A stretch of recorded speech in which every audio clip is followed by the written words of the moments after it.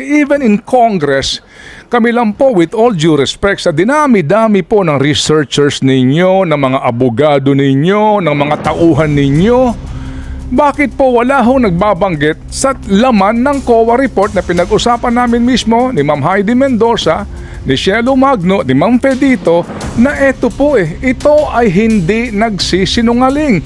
Ito po ay ebidensya na hango sa mga pag-aaral.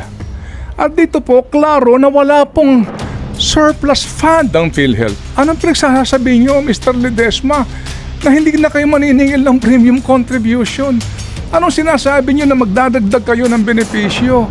Anong sinasabi nyo na okay lang magbigay ka ng 89.9 billion sa National Treasury kasi sobra-sobra ang pera ninyo? Ano yun? Pinaahasa nyo po kami. Si Ma'am Pe sinasabi, paano pag nag-collapse ito? Kayo ba mananagot sa aming lahat, Mr. Ledesma, sa lahat ng board members dyan?